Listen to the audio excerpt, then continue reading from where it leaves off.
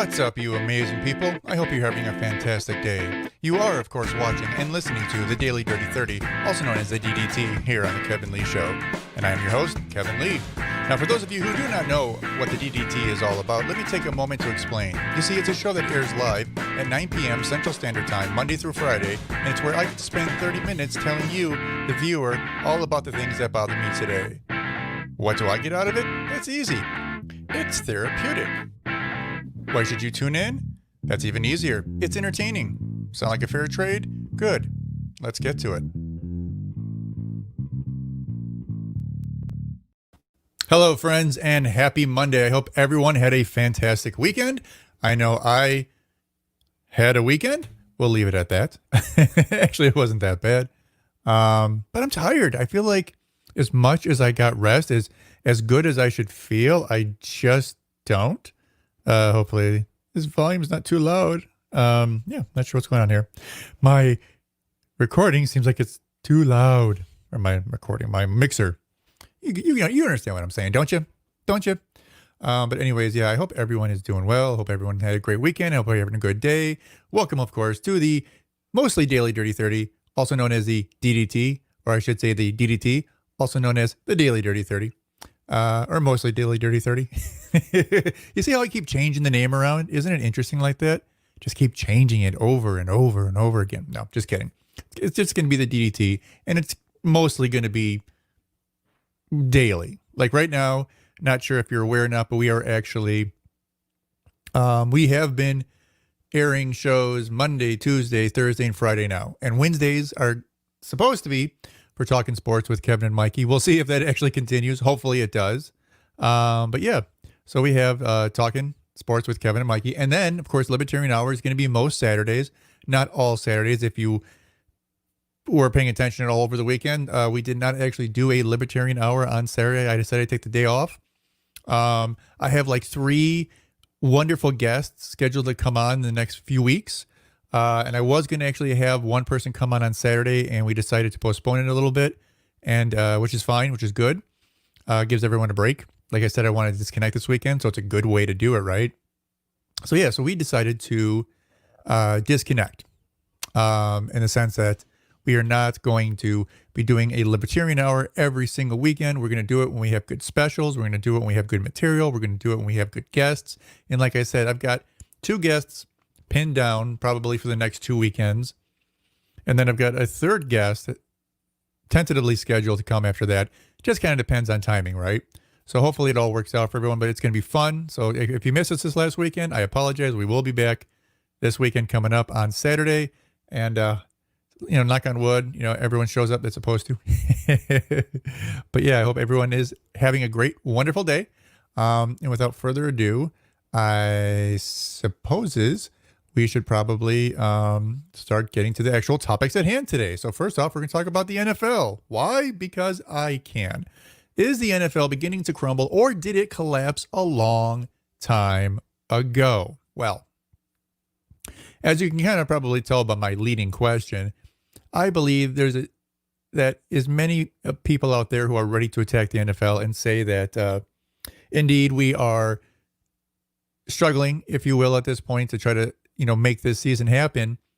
Everyone's saying, well, it's all about the COVID. It's all about the delays. It's all about this.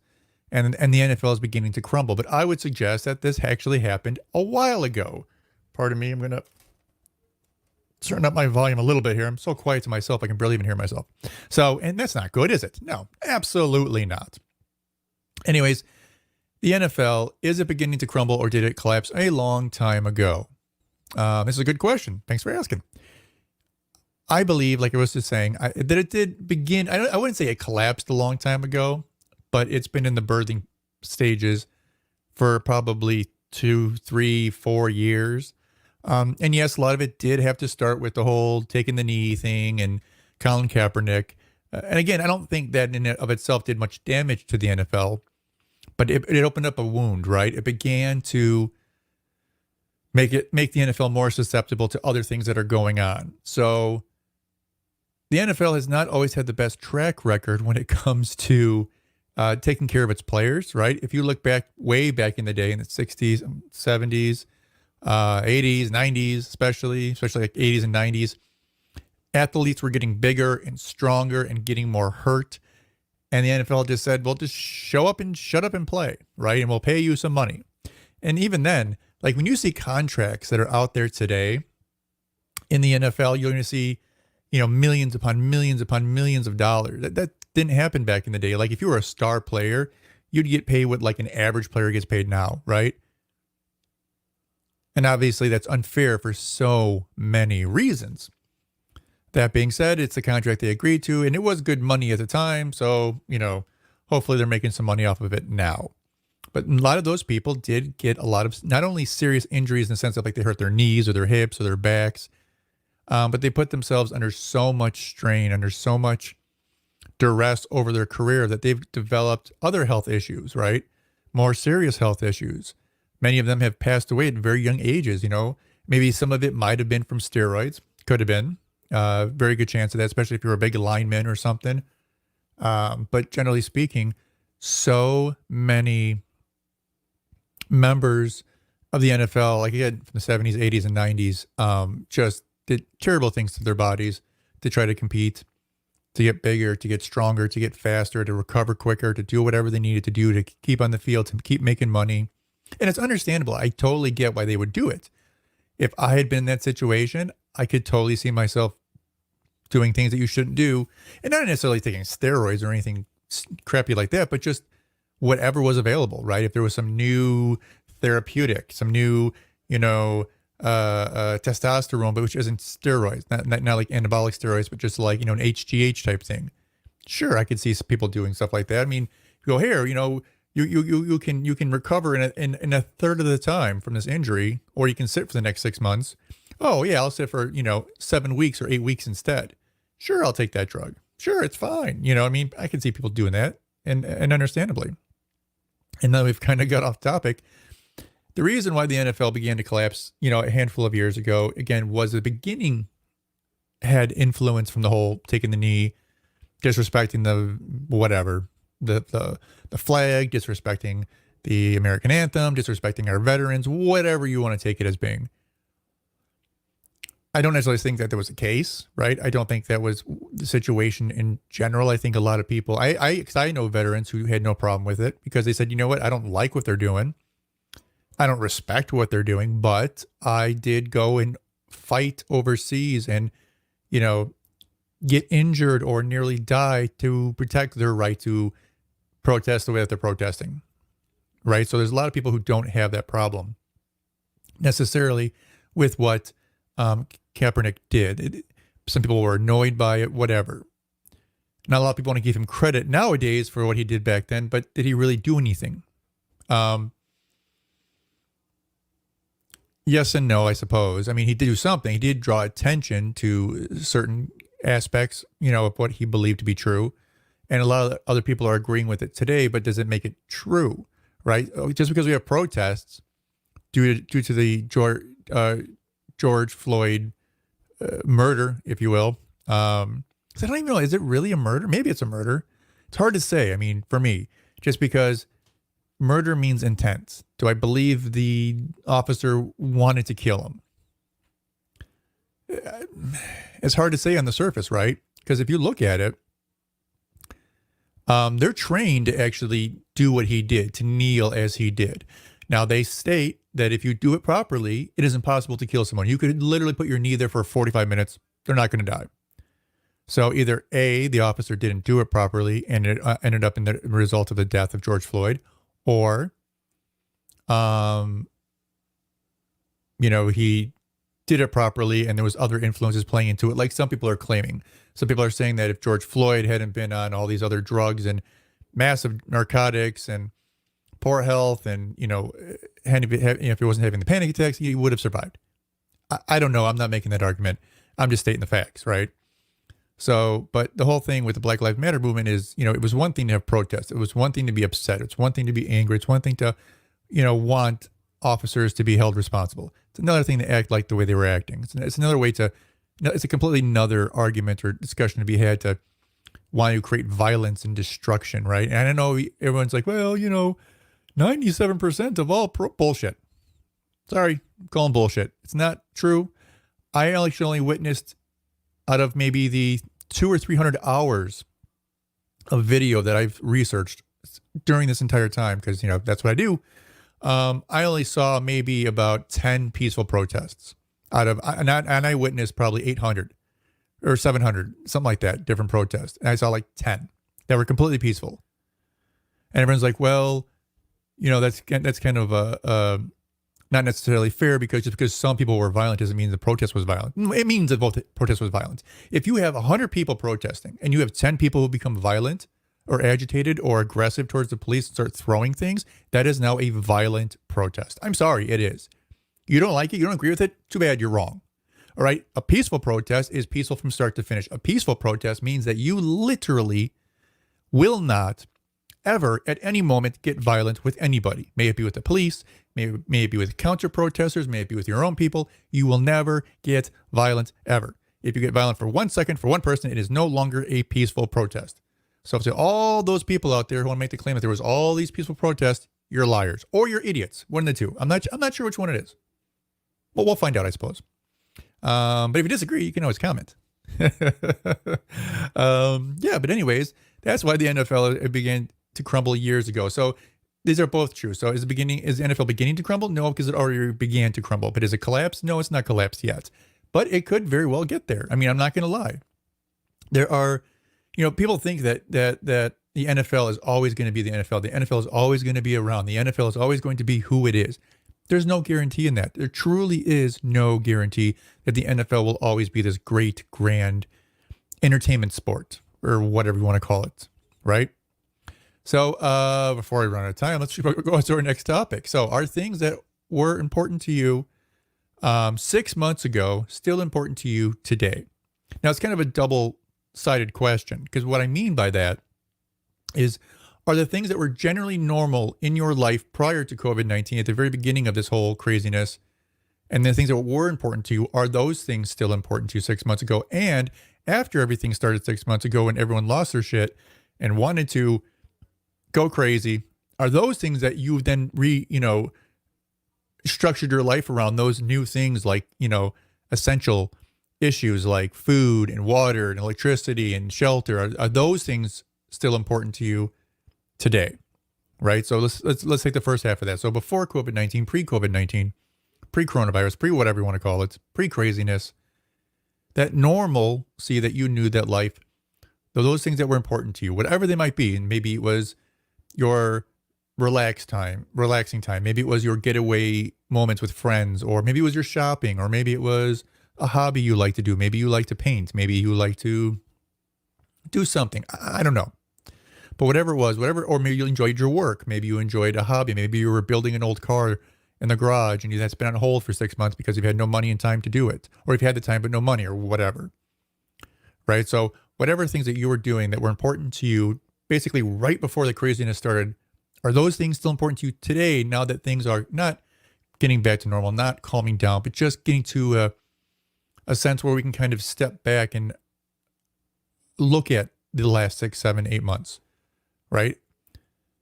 Are those things that were important to you still important today? To me, yes, just as much. I never let go of those things. I understood that that this new normal was never going to be a new normal, and I will not let it become a new normal, and neither should you, right? They want it to become a new normal because they want to add more restrictions and more control on you. But I'm sorry, we can't let that happen. We just can't. It cannot happen. It will not happen, right? There are millions and millions of us who will not let that happen. I'm not talking about people who want to get violent or any of that nonsense, but just people who aren't going to put up with it, right? To me, to this day, and you can disagree with me all you want, I'm still irate that we created the TSA, because the TSA never had anything to do with safety. It had to do with the illusion of safety. And because of it, everyone had just been inconvenienced and annoyed. It hasn't really created safety at all. Sorry, it hasn't. Okay, you look at all the studies, all the secret tests that were done against the TSA, and 90% plus of all these illegal weapons and fake bombs made it right through scanning every single time. Still does today. It's a complete illusion, but it's been an inconvenience to you. Instead of you showing up 45 minutes or 40 minutes before your flight, now you're there 2.5, 3 hours before your flight just so you can get checked in. It's ridiculous, right? You think that's bad? with all this stuff with coronavirus, they're going to start scanning you everywhere you go and scanning your forehead and demanding that you have vaccination papers or have an app or some type of verification, or you can't get a job or you can't work or you can't blah, blah, blah. Enter this facility, this public building, whatever it might be, without, XYZ proof or XYZ paperwork or getting scanned on something. And that's going to happen if we allow it. So we have to not allow it. We have to stop people, may it be on a local level, state level, federal level, of instituting and creating this nonsense, this insanity. We need, as citizens, to stand up and stop it. Now, how do we do that? We do it with our voice. We do it with our feet, right? We don't get violent, but we show up, right? And we show up not by tens or hundreds or thousands, but hundreds of thousands of people protest that way, completely peaceful. But that's how you do it, right? So keep that in mind as we go forward. But as far as how things are, the things that were important to me are still important to me, and I hope they are to you. And going forward, things that became important as essential were always important to me. Like, I've always understood the importance of having some extra water or extra food in my pantry, right? I'm not one of those prepared people, though I think I would be going forward, right? I think I would want to become more of a super prepared person to, just have not doomsday type stuff, but just extra food, extra, non-perishable food. Like, there is, you hear ads from all the time. If you ever listen to the radio, if you're ever in your car and you're going to work and you actually listen to the radio that isn't FM, actually go to the AM side of the dial where, people actually talk and have conversations and you can learn and grow as a person. I recommend you do that. But if you do that, it doesn't make a difference of what channel. It could be sports, it could be politics, it could be anything really. You're always going to have these commercials, right? They're very similar commercials. Lots of times they're for supplements on getting your veggies or boosting your immune system or preparedness for food. And you can get these things where they create like these packets that come in a canister, and it'll give you like 4 weeks of food for like 4 people for like $100 and something that are guaranteed to last 25 years. Like, you get a couple of those, right? You throw them in the back of your pantry just in case. Like, it's a little bit of an investment, but just in case, just to be safe, right? Because, prior to 2020, you would laugh. I mean, most people would just absolutely, laugh out loud. Literally. So like I would say, literally. I like to pronounce words, but literally, whatever. Would actually like to, you people wouldn't care if they would think it was a joke that you need to be so prepared for everything going to happen going forward. But nowadays, who knows? We ran out of toilet paper. Most places ran out of pasta and those type of things. And a lot of the canned goods, even at my store that I usually shop at, there was times where I'd go shopping week to week, even just a couple months ago, well after all this started, and I'd see soups mostly gone. Things like SpaghettiOs, things that are just, open up heat and eat type of foods, gone, or having like 2 cans up on the shelf when there's normally hundreds, right? And then, again, this was months and months and months after everything was going. So all companies had a chance to reopen. All transportation had a chance to reopen. Everything had been streamlined. It shouldn't be that way, but it is. And it was. And hopefully it won't continue to be that way, but it might just very well be. We'll find out, I suppose. So I want you to think about, prior to COVID-19, were those things that were important to you then still important to you now? And those things that you've learned to be important, how important are those to you now? Or have you kind of gotten like, just not jaded, but like so comfortable with the whole COVID-19 new world, new life, that, you're okay with going to Target and not seeing any shampoo, or you're okay, all these things, or is that still a shock to you, right? Now that we're talking about that stuff, actually, let's talk about this. On Friday, well, even Thursday, even I kind of started talking about, but on Friday, I definitely started talking about taking an opportunity this past weekend to disconnect, right? So did you take the opportunity to disconnect this past weekend? Did you take your phone and not open up Twitter? Did you take your phone and ignore the notifications from Facebook? Did you take a chance to maybe leave your phone on the table and go for a walk in the neighborhood? Right? Did you go in the backyard and maybe hang out with the kids, or just by yourself, or maybe pick up a book and read a good book? Because there's lots of good books out there to read. There are literally, I keep saying the word literally. I should just entitle this whole episode literally, or should I say literally? Yeah, I should totally do that. I think I'm going to. I'm going to rename it. Um, but yeah, it's funny to think that, you know, how quick we all are to ignore what we're not supposed to be ignoring, which is ourselves and our health, and not just our physical health, which is of course important, but our mental health, right?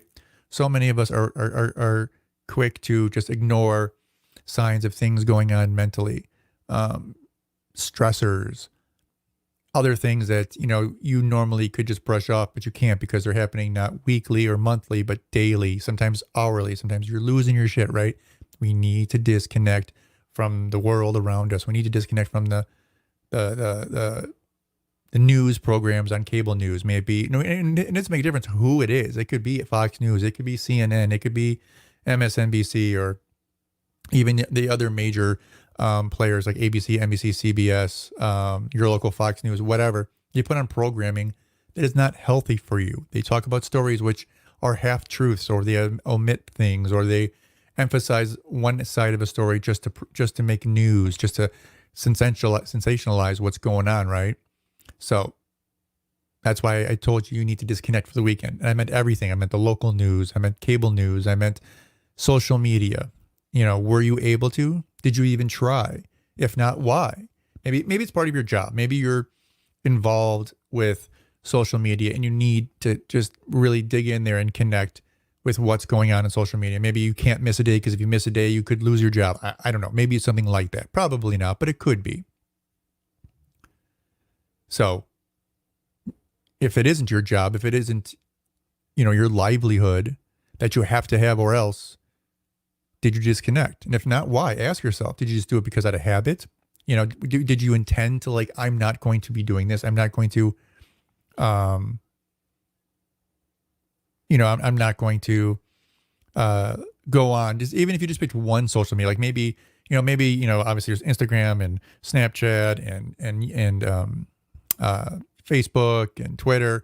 And maybe you're like, well, these three I barely go on, but Twitter I go on way too much. So maybe you decided to disconnect from Twitter, right? And let's say you were good about it. Let's say you, Friday night, you just hung out with your significant other or your children or your friends or your family, or you went to bed early, or read a good book, or watch some television show that you have ready to go for you on Netflix or on demand, and you've just been waiting to watch it. Maybe you did that instead. And then Saturday morning, you woke up instinctively, got a cup of coffee, and grabbed your phone and went right to Twitter, right? Did that happen? And it's okay if it did. I'm not saying like you can't do these things. I'm just saying it's not healthy to always do these things. So we should have a disconnect weekend from time to time. In fact, there is a fairly famous political commentator named Dave Rubin. You might have heard of him, you may not. Anyways, I think it's like every year he spends an entire month. I think it's like, I don't know if it's August or September or something like that, where he literally just disconnects.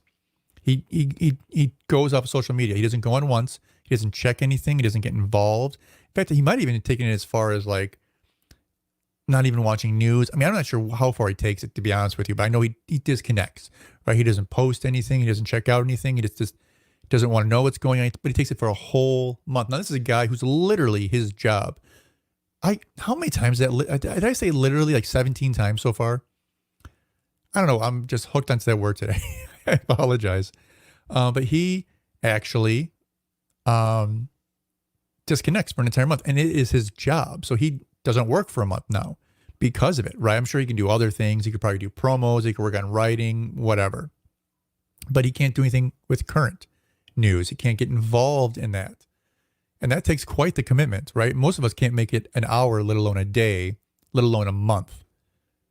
And I'm not saying you should quit social media. I'm not one of those people. I think people who say you should quit social media just don't get modern life. Like, we live in a time in which social media is very important, not simply because it's the only way we get our news, but it helps us understand how everyone else around us is thinking. Because let's face it, all those internet trolls and all those people who we hate and we think like, oh my God, those people are horrible. Those are the people you know. Like, those are your neighbors and your relatives and your friends. It might even be you, right? Let's be honest. It could be you. I'm not saying it is or isn't, but it's just a interesting time to be alive, right? And we're all not, I wouldn't even say we're all capable of acting that way. I know we're all capable of acting like like the person you most despise on the internet, because there's times where I'm very level-headed when it comes to social media. I don't try to argue. Not that I won't ever make a shocking statement. I will. I can be provocative. But I don't ever attack people. I shouldn't say ever, because that's an absolute term. I don't believe in absolute terms. But I don't often, or I don't ever, again, I said ever, I don't intend to be attacking of anyone. Even if I disagree with someone, I want to come at you in a conversation. I want to open up dialogue. I want to hear what you have to say, because maybe, doubtfully, but maybe you might actually have a better point than me, and maybe you could sway me. It hasn't happened often, but it has happened. I'm human, right? I don't know all the facts, and I think I do enough research, and everywhere I can find shows this, but then all of a sudden someone else not only comes out with their opinion of the facts, but actual facts. Like, here's unedited video of what happened. It's like, oh, that changes the storyline, right? And there's times where they don't allow that video to come out. They hide it. They destroy it. They make sure that it can't. But all of a sudden, one person has a copy and say, "Hey, look what I got." So those things do happen. They don't happen often. They don't happen daily or anything, but they do happen. So it's important, because again, we're getting sidetracked again. We're almost running out of time. 27 minutes, peoples. We got to end the show soon. But yeah, it's important that we be willing to disconnect, right? Be willing to, that we have this, not only conversation with people, right, but do it respectfully. Like I was saying, and sometimes you can't, right? Sometimes you try to interact with someone. You try to have a normal conversation with someone, and they just keep coming at you, with these ridiculous straw man arguments or just insults, and you know that they don't want to have a serious conversation. You ignore those people, and that really is what a troll is. Someone who doesn't want to have a conversation, just want to make you upset or angry or have you respond so they can, smile about it in their mom's basement. I don't know.